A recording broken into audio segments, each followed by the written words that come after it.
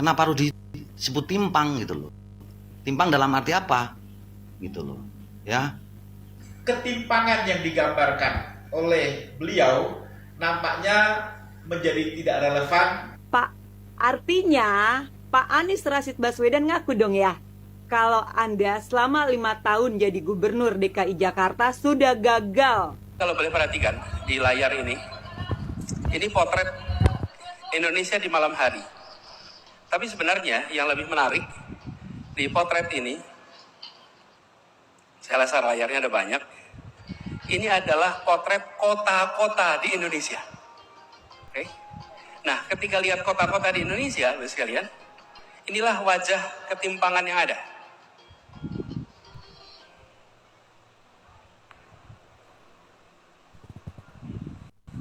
Kelihatannya ada ketimpangan juga, Pak, di sini, Pak.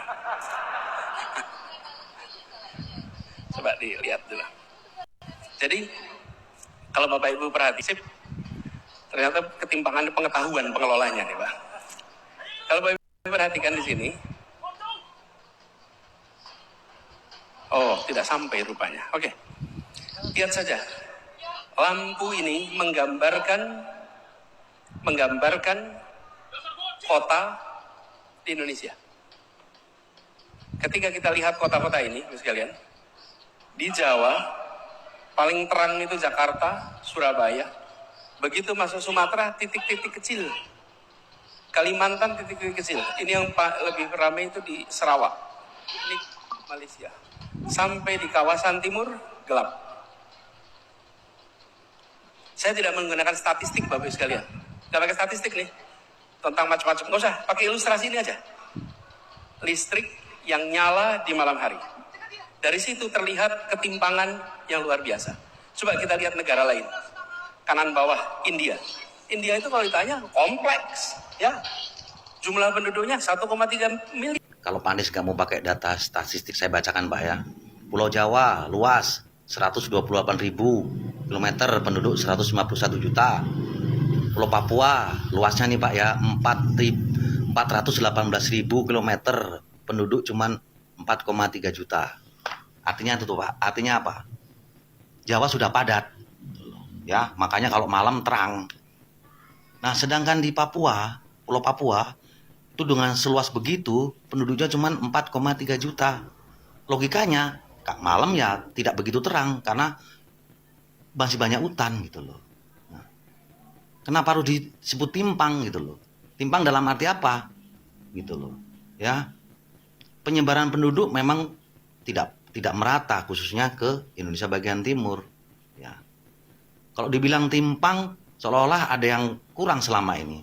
Sementara Pak Jokowi tidak henti-hentinya membangun utama jalan, kemudian membuka daerah-daerah baru di Papua. Tujuannya biar orang bisa masuk gitu loh. Orang biar ke sana, biar daerah itu dihuni gitu loh. Tapi tidak serta-merta itu disebut ketimpangan. Nah, memang ya logikanya kalau malam ya tidak ada orangnya, gelap Pak. Gitu ya. Terus baca tulisan di videonya. Kemudian di terakhir Anda, kalau saya jadi presiden, seluruh kota di Indonesia akan terang benderang. Disambut dengan tepuk tangan. Nyambung nggak yang tepuk tangan itu? Kalau sudah diakali dengan kata-kata dia tidak mau pakai statistik, ya. Kalau bicara statistik terus dihubungkan dengan ketimpangan, tidak nyambung gitu loh. Karena analogikanya daerah yang memang jarang penduduk tidak ada lampu. Nah, sekarang saya mau tanya, kalau Pak Anies misalnya nih jadi presiden, amit-amit Jambang Bayi ya, apa namanya? Amit-amit. Jadi presiden nih. Nah, daerah-daerah terutama daerah Papua tuh yang ditanya kalau gelap itu, programnya apa ya? Apa misalnya transmigrasi zamannya Pak Harto tuh, jadi nanti orang-orang yang di Jawa tuh suruh transmigrasi ke Papua semua, atau semua hutan-hutan dikasih lampu, apa melanjutkan programnya Pak Jokowi untuk membuka daerah baru biar orang bisa ke sana ya. Teori boleh Pak, tapi faktanya Pak tidak semudah itu. Pak Jokowi yang susah payah membangun daerah baru aja masih banyak dinyinyirin. Oke, Pak Anies. Hai teman-teman, ini lagi suasana hujan sejuk deh. Pikiran saya juga sejuk hari ini. Dan saya cukup bingung sih waktu melihat pemaparan dari Anies Baswedan mengenai peta Indonesia pada malam hari. Yang saya lucunya itu, maaf ya, ini yang saya setir sini video dari timnya orangnya Anies Baswedan. Jadi yang saya tanyakan adalah yang katanya peta Indonesia pada malam hari, kenapa lampu-lampu itu banyak di perkotaan? Ya iya, lampu memang banyak di perkotaan. Satu. Yang kedua, karena di kota tapi terang benderang. Yang kedua, kalau arah Sumatera atau Indonesia bagian timur, kenapa gelap? Ya karena di Indonesia Timur, bagian timur, arah-arah ke timur itu banyak pegunungan, banyak hutan. Nggak mungkin dong di hutan, di pegunungan banyak lampu-lampu. Tentu lampunya cuma di arah kota saja, misalnya kota Atambua, ya. Tentu lampunya di daerah sekitar kota. Sisanya pasti gunung, hutan dan sebagainya, makanya gelap, gitu loh. Sumatera, tentu tidak semua arah Sumatera itu full perkotaan kayak Jakarta. Jangan bandingkan Jakarta dengan arah-arah tempat lain dong, gitu loh. Ya, jadi misalnya Sumatera ini di Riau, Pekanbarunya mungkin yang terang-terang, sekitarnya kurang terang. Kenapa? Banyak jalan-jalan lintas, banyak hutan, banyak kebun sawit. Gak mungkin dong di perkebunan itu banyak lampu-lampu. Mau ngapain? Mau nyari pocong? Kan nggak mungkin. Atau mau nyari babi hutan, mau lihat babi ngepet? Nggak mungkin gitu. Sama dengan Indonesia bagian timur, itu banyak hutannya, banyak pegunungannya. Untuk apa lampu-lampu? Jadi tolonglah Anies jangan melintir yang namanya menggiring opini seolah-olah soalnya Indonesia itu dari ujung ke ujung itu harus terang benderang. Ya tidak. Logika saja. Untuk apa di pegunungan, di hutan-hutan dipasang lampu-lampu? Tentu cuma di area perkotaan saja.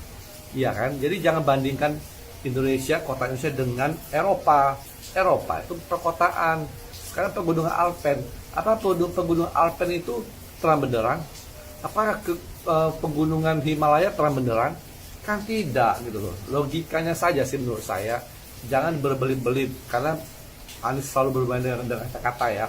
Dan orang selalu percaya dengan kata-kata dia. Padahal coba dipikirkan, Indonesia Timur itu seperti apa? Bukan kota semua, tapi banyak hutannya, banyak gunungnya gitu loh. Jangan semuanya harus terang benderang. Dan itu tugas setiap gubernur, wali kota, dan bupati untuk membuat wilayah kota mereka menjadi lebih bagus dan lebih terang benderang. Ya, terima kasih semuanya. Salam NKRI.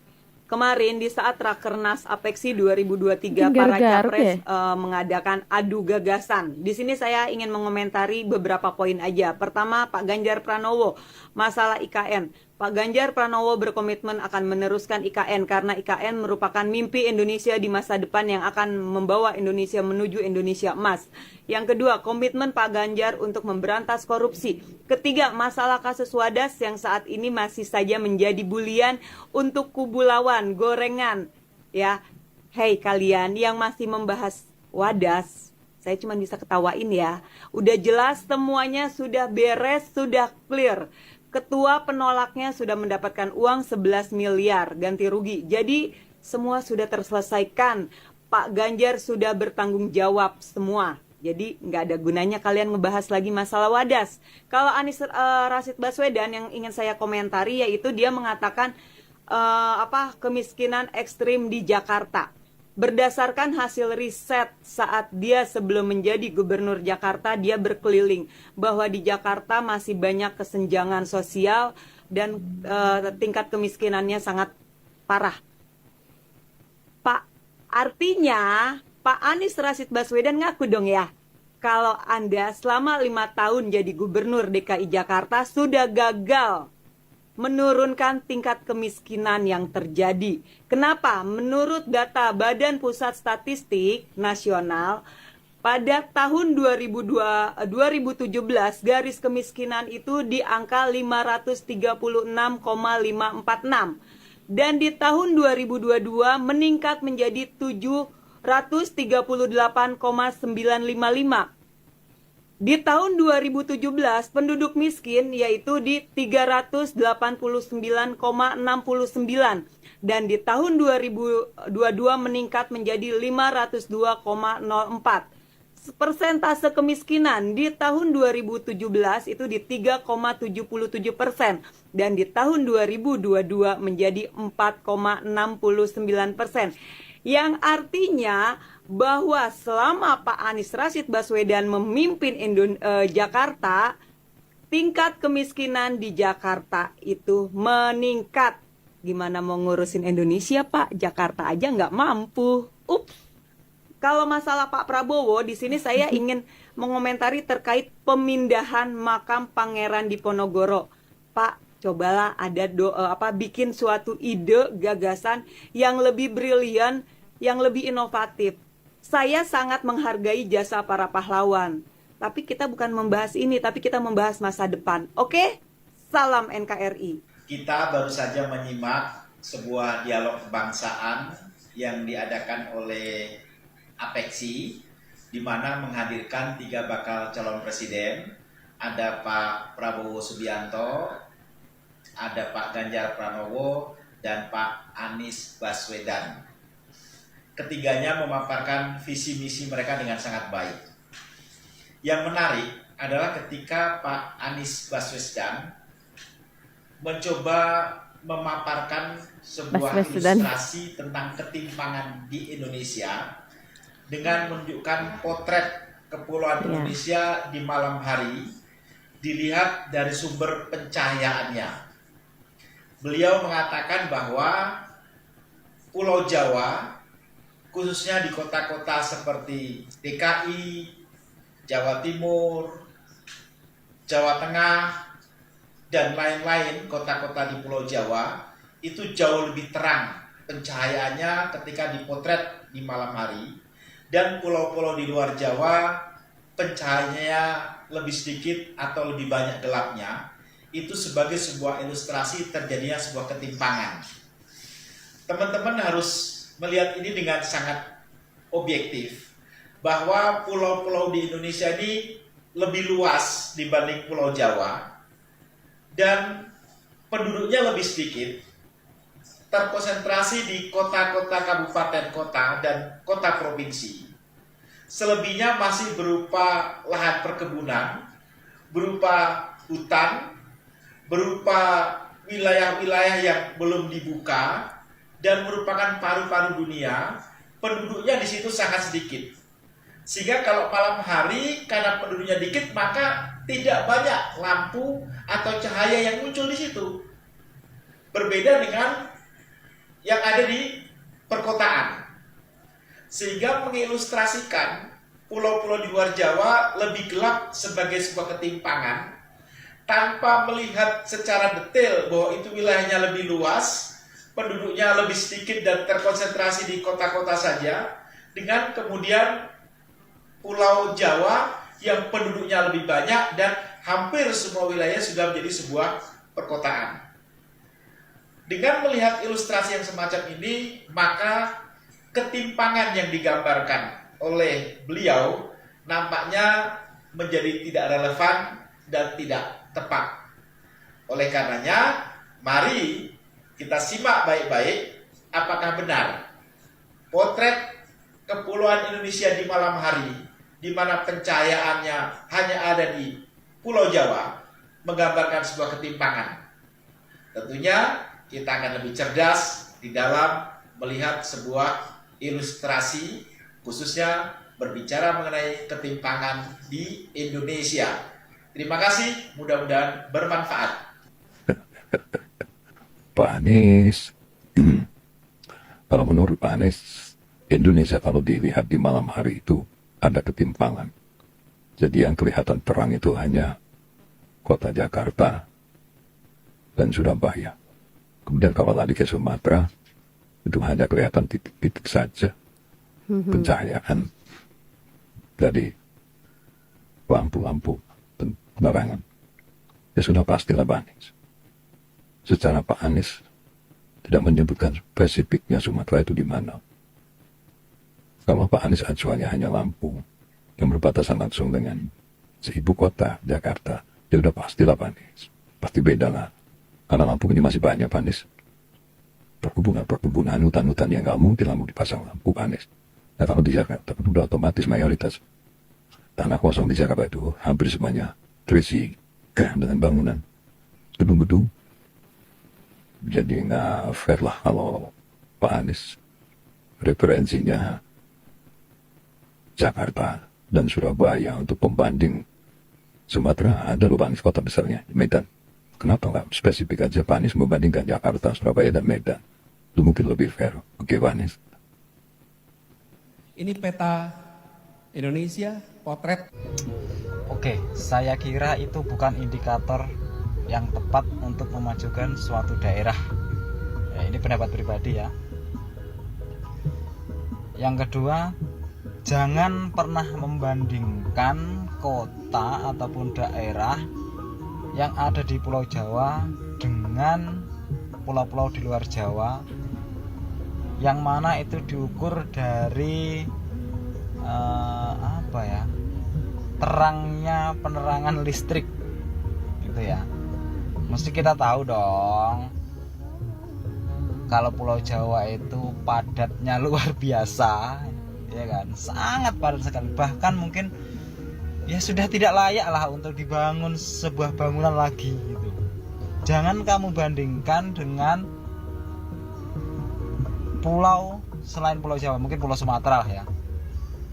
Di sana itu sangat-sangat masih jarang jarak penduduknya gitu ya.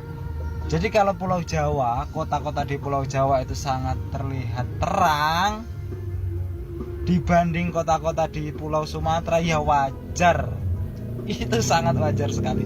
Di sana itu jaraknya jauh, men. Jauh sekali, kota satu dengan kota yang lain itu jauh. Beda dengan kita yang ada di Pulau Jawa itu ya mungkin bisa ditempuh waktu 1 jam sampai 2 jam lah, itu paling lama lah ya. Kota satu dengan kota yang lain. Apalagi ada tol. Di sana enggak, men, jauh sekali. Ya gimana mau dibandingkan gitu loh. Kalau indikatornya yang dipakai itu ya nggak relevan, nggak sesuai. Pak Anies, tolong ya Pak Anies ya, berikan gagasan-gagasan yang lebih rasional gitu loh.